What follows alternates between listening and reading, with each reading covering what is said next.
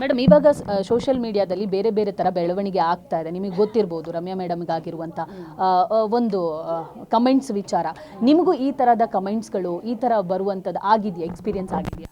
ಸಾಕಷ್ಟಾಗಿದೆ, ಬೇಕಾದಷ್ಟು. ಪ್ರತಿದಿನ ಒಂದು ಏನಿಲ್ಲ ಅಂದರೂ ಒಂದು 50ರಿಂದ 60 ನಾನು ಬ್ಲಾಕೇ ಮಾಡ್ತೀನಿ.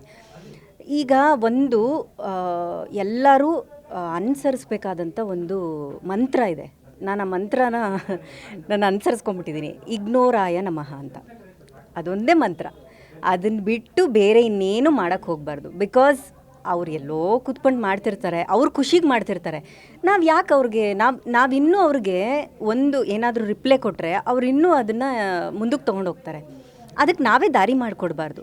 ಇಗ್ನೋರಾಯ ನಮಃ ಅಂತ ಒಂದು ಬ್ಲಾಕ್ ಮಾಡಿಬಿಡ್ತೀನಿ ನಾನು. ಈಗ ಹೊರಗಡೆ ಸಾಕಷ್ಟು ಅತ್ಯಾಚಾರಗಳಾದರೆ ಸೋಷಿಯಲ್ ಮೀಡಿಯಾದಲ್ಲೇ ಒಂಥರ ಅತ್ಯಾಚಾರ ನಡೀತಾ ಇರುವಂಥದ್ದು. ಸೊ ಇದ್ರ ಬಗ್ಗೆ ನೀವು ನಿಮ್ಮ ಫ್ಯಾನ್ಸ್ಗಳಿಗಾಗಿರ್ಬೋದು ಅಥವಾ ಬೇರೆ ಜನರಿಗೆ, ಏನು ಸೋಷಿಯಲ್ ಮೀಡಿಯಾದಲ್ಲಿ ಆ್ಯಕ್ಟಿವ್ ಆಗಿರುವಂಥವರಿಗೆ ಏನು ಹೇಳೋಕ್ಕೆ ಇಷ್ಟಪಡ್ತೀರಾ ಅಂತ?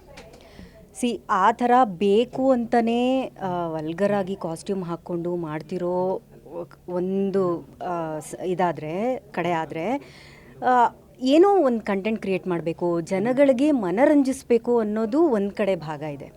ಸೊ ಏನು ಮಾಡ್ತಾರೆ ಅಂದರೆ, ಕೆಲವರೆಲ್ಲ ಅವ್ರಿಗವ್ರು ಏನು ಅಂದ್ಕೊಂಬಿಟ್ಟಿದ್ದಾರೆ, ಒಬ್ಬ ವ್ಯಕ್ತಿ ಒಂದೊಂದು ಕಾಸ್ಟ್ಯೂಮಲ್ಲಿ ಒಂದೊಂದು ಥರ ಕಾಣಿಸ್ತಾನೆ ಅಲ್ವಾ.